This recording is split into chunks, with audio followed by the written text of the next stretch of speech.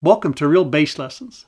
Today I want to work with that chord progression 1, 6, 2, 5, 1. Now most of you know that chord progression, although most people relate that to a jazz song. I want to do it in a little bit of a Motown style. I want to teach you that chord progression, and then we'll work with some licks that I play around it, and then we'll maybe look at some other chord progressions that are part of that same type thing. Okay? Let me do a little demonstration, and then we'll talk it. Here we go. 2, 1, 2.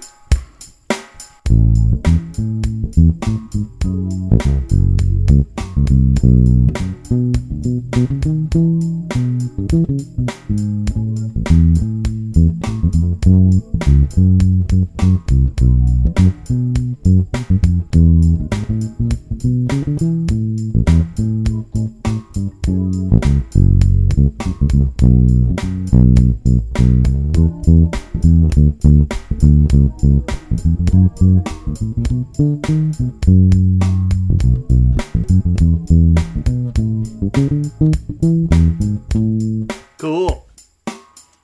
The 1 chord, A major, 6 chord, F sharp minor, 2 chord, B minor, and then 5 chord, E7. I did a little substitute. I went down to that C sharp before the A, then C sharp, F sharp, B, E, A. Now, what I want you to notice to start with is look at that. F sharp to B to E to A, that's the cycle of fourths. A lot of people ask me, Jim, how come you teach that cycle of 4 stuff all the time?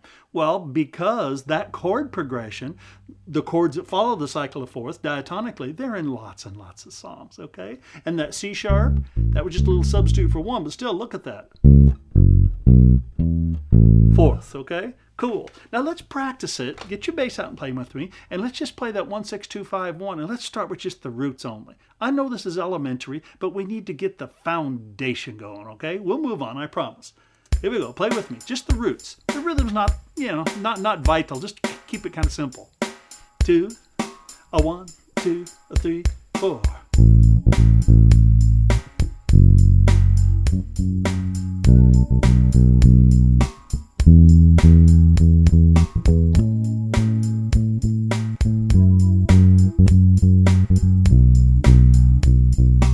Let's add the 5th.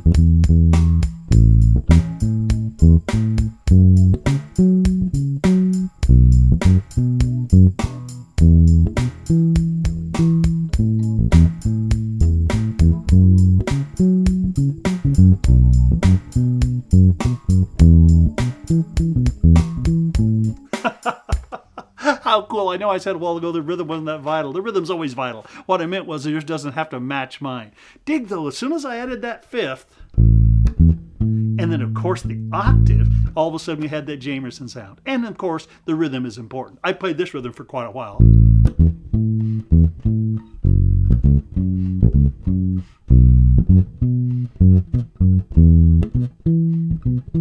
Sure. Rhythm. As a matter of fact, I teach in that What Makes Motown Bass Motown book. I teach a whole first chapter on rhythm, and it's really just isolating, and you need to do this. Listen to Jamerson and all the great players and isolate the rhythms. I one time had a guitar player, friend of mine, an adult, he's a great player and a teacher. He said, I can recognize Wes Montgomery solos just by the rhythms with no pitches. And I thought, whoa, that's cool. And I thought about it for a while, and I thought, you know what? I think I can do that with PC solos. I transcribed so many of them, I can just recognize a rhythm. Well, I can with Jamerson, too.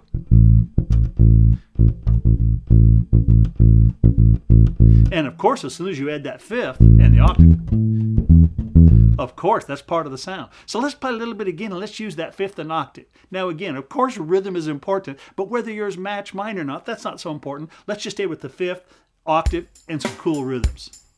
1, 2, 3, 4.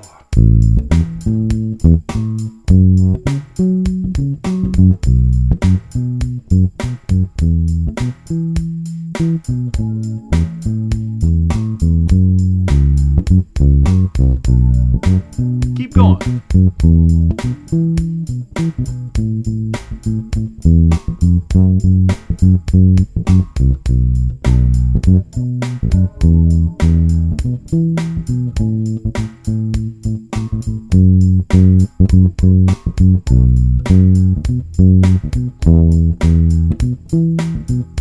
Cool. Did you hear how I sort of simplified it there for a minute and almost sounded hipper? You bet.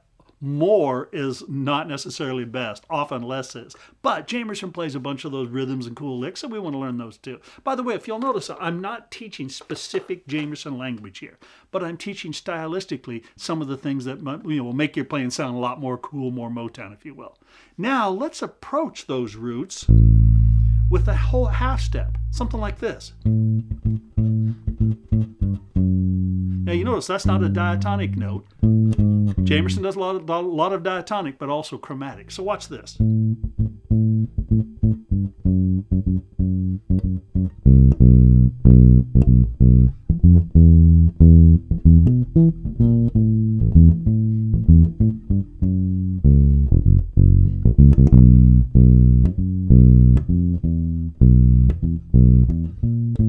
Sure. I added the fifth and a chromatic. Listen and play along if you want. 2, ready, play.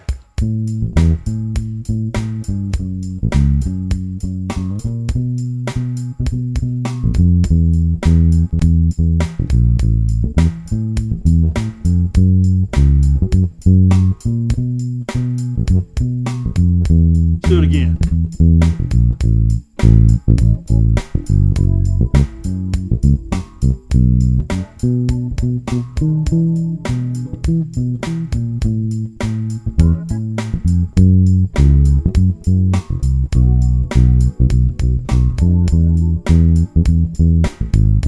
Now, if you have never done this kind of practice before, I sure recommend you do. But maybe you want to even start simpler. Just the root, let it sit, and then so you can think about where that half step comes. 1, 2, 3, 4. 1, 2, 3, and 4. 2, 3,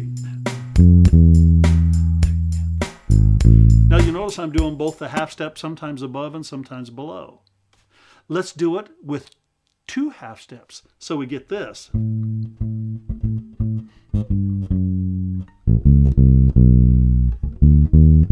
Sure, it's like a little double chromatic thing there. Let's do that. 2, 1, 2, 3, 4.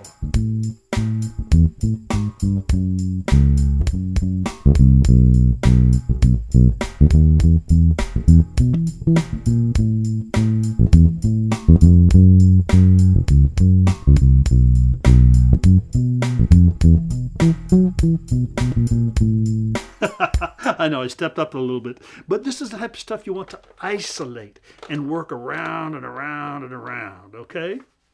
There's a bunch more stuff. And of course, as soon as you get comfortable with these chord changes and some of these notes, well, you need to be learning Jamerson licks, of course. You'll find that a whole bunch of his licks have these little elements in them. I'm just going to jam around, so to speak, now. I'm going to play around these chords, but I'm even going to add some other chords, and then I'll identify what those are later, okay? Here we go. 2, 1, 2, 3, 4.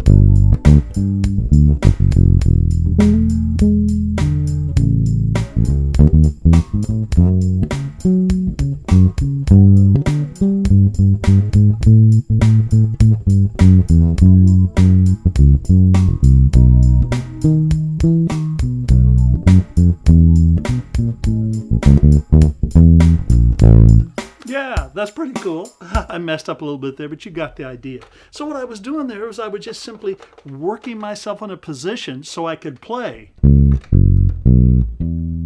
the cycle. I did a couple times there. Oh, one of the drastic ones I did was I did A major, and then I went to a tritonal way, and I went, and then I resolved. 2, 5, 1, and then I went down here to the 3 chord. I went up, and then I went to B, and I did this. Oh, I did this. I did an E. I did this, which is like a sus chord, and then sure. So again, it's just working around that cycle of fourths, 2, 5, 1, 3, 6, 2, 5, 1, and then looking up some little substitutes in there. You will hear these changes, and you'll hear, let me back up and say it another way. You have to be listening to the great music, so you start to recognize these are going on. I learned such an interesting thing about learning, about our ears, many years ago. I was fortunate enough to study with a lot and perform a lot with one of my big mentors, John Laporta.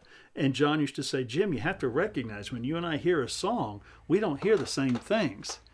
He said, I've been listening to that song, to those sounds.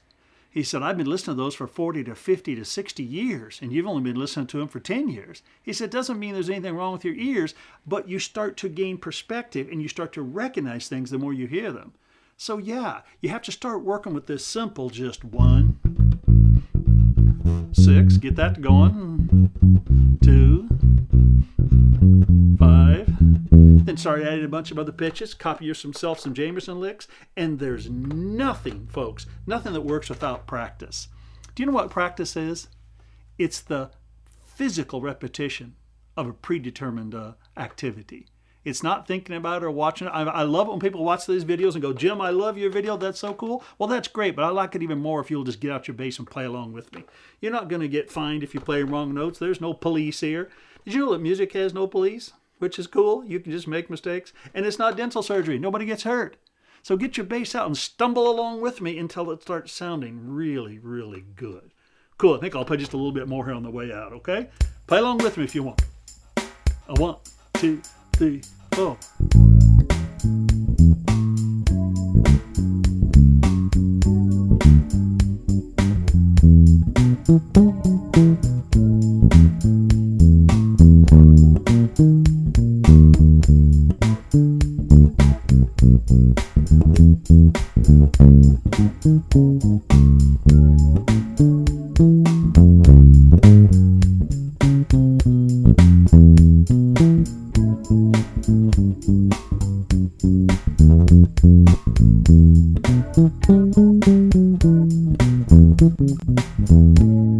Yeah, very cool.